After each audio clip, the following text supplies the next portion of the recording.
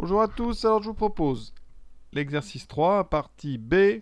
Donc la partie avec des probas conditionnels et des suites. Alors on va pas mélanger les deux, même si on aura besoin quand même de bien comprendre comment on fait cette partie B pour pouvoir faire la première question sur les suites. Alors bon, pour moi ce début de partie B, c'est pas très compliqué. Hein. Vraiment, ça doit pas valoir énormément de points. Alors on va le faire, parce que quand même, écoutez, ça fait quand même du bien d'avoir aussi des sujets un petit peu accessibles pour tous.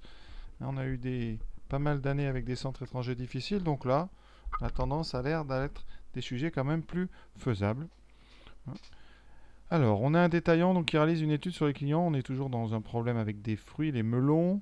Donc, parmi les clients qui achètent un melon, une semaine donnée, 90% achètent un melon la semaine suivante. D'accord? Donc là, on est en train de vous donner des probas conditionnels. On les traduira tout de suite pour remplir l'arbre. Et parmi les clients qui n'achètent pas de melon une semaine donnée, 60% d'entre eux n'achètent pas de melon la semaine suivante. Voilà. Et on choisit au hasard un client, donc ayant acheté un melon au cours de la semaine 1, et on note à N l'événement, le client achète un melon au cours de la semaine N. Voilà. Donc au début, on a P de 1 égale 1. Le client donc a bien acheté un melon au cours de la semaine 1, donc c'est normal que P de 1 soit égal à 1. Donc jusque-là, on n'est pas du tout surpris par cette valeur. Alors, on vous demande de faire un arbre. Ici, l'arbre relatif aux trois premières semaines. A1, c'est donc, il a acheté un melon la première semaine. A2, un melon la deuxième. Et A3, un melon la troisième semaine. Comment remplir cet arbre? On va juste décrypter les deux phrases qui sont en haut. Alors, ceux qui font spécialité maths, on est habitué. On pourrait faire ça avec des graphes probabilistes. Ici, on va faire juste l'arbre A1, A2, A3. Donc, on est parti. Je fais un petit peu de place.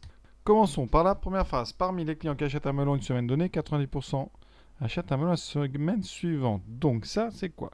Eh bien, on vous dit que si on a donc, par exemple, A1 et donc A2, eh bien ici, vous aurez une branche à 0,9. D'accord? Ainsi de suite, vous aurez A2, A3, qui sera aussi une branche avec 0,9. Donc dès qu'on a une branche qui va d'un A à un autre A, on a 0,9. Ça veut dire que sur l'arbre, c'est une proba conditionnelle, la première. Donc c'est P2 A2 sachant 1, P2 A3 sachant A2. Donc ici, bien, on a donc, je vais mettre ça en rouge, on a 0,9, 0,9. Donc ici, on aura le complément, donc 0,1. Ici, 0,1. Alors là, on n'a pas encore ça, et ça nous manque. Parmi les clients qui n'achètent pas de melon une semaine donnée, 60% d'entre eux n'achètent pas la semaine suivante. Donc, ça veut dire qu'ici, on n'a pas acheté de melon. La semaine après, on n'en achète pas. Donc, on est sur un chemin à 1 bar, à 2 bars. Donc là, on met 60%, donc 0,6. Pareil, à 2 bars, à 3 bars, 0,6. Donc, alors, 1 bar à 2 bars, ça n'a pas de sens, sauf que on sait que P de 1 égale 1, donc ici, la probabilité de 1 c'est 0, donc ça n'a pas d'intérêt, donc on n'en tient pas compte. On est toujours dans le cas 1, donc c'est pour ça qu'ici, ça ne concerne qu'une seule branche. Ici, la branche donc, qui mène de A2 bar à A3 bar, donc 0,6 par complément, 0,4. Voilà, l'arbre est rempli. Pas de grosses difficultés pour ceux qui ont fait un petit peu de graphe.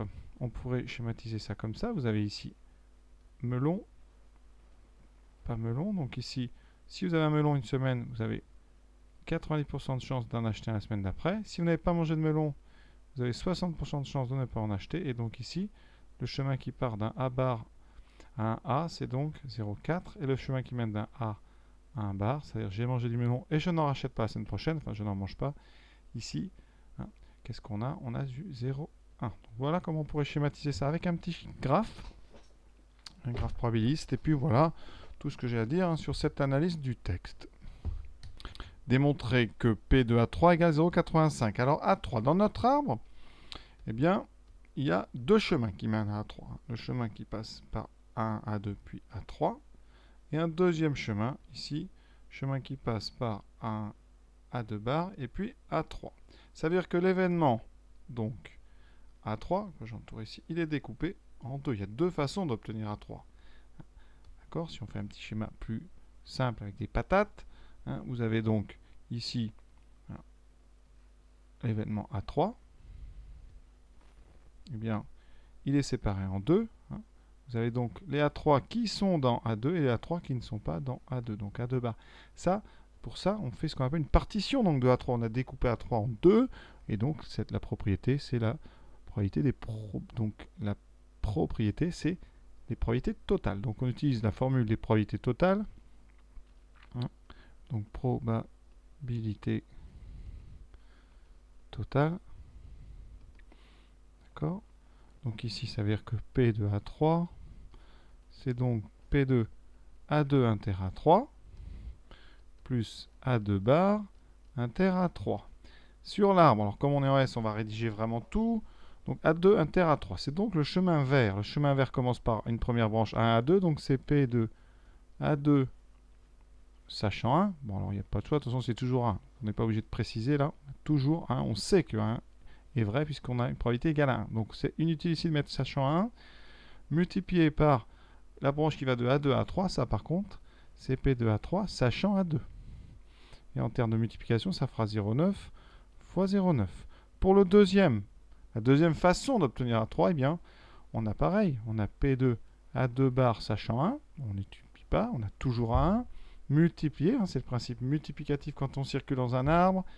Multiplié par la branche ici qui va de A2 bar à A3. Donc P2 A3 sachant A2 bar. Donc là, P2 A2 bar, c'est 0,1 fois 0,4. Je calcule, 0,9 fois 0,9, ça fait 9,81, 0,81, plus 0,04, ça fait 0,04. Et on trouve, super, on trouve 0,85. C'est ce qu'on voulait, donc là, on est très content. Et on se dit que c'est peut-être un peu trop facile, donc ne vous inquiétez pas, il peut y avoir au bac des questions très faciles, ça arrive. La suite. Alors, on dirait qu'il n'y a qu'une question possible dans ces sujets, c'est toujours les mêmes, parce que là, sans, on va inverser une conditionnelle. Ici, on vous dit, sachant que le client, donc, achète un melon au cours de la semaine 3, donc sachant A3 quelle est la probabilité d'avoir A2. Donc ça, eh bien on veut P2 A2 sachant A3, alors que dans le texte, vous voyez, on a P2 A3 sachant A2. Donc c'est juste voir si vous êtes capable d'inverser ça. Donc dans l'arbre, vous ne lirez pas ça, parce que ça, vous trouvez ça sur une manche qui va de A3 en A2. Et nous, on n'a pas dans le bon ordre. Alors, on ne va pas refaire tout l'arbre, on va juste utiliser le cours qui nous dit que la probabilité de A sachant B, c'est P de B inter A sur P de B. Et comme B inter A on peut changer, c'est aussi P de A inter B sur P de B. C'est la même chose, d'accord? Les intersections, hein, l'ordre ne compte pas. Donc ici, on va écrire P2 A2 inter A3 sur P2 A3. Alors pourquoi c'est facile? Parce qu'on vient de faire tout ça, regardez. En bas, c'est P2 A3. Hein, donc je vais le surligner. P2 A3 en quoi? Régulièrement. On vient de le faire, d'accord, là-haut.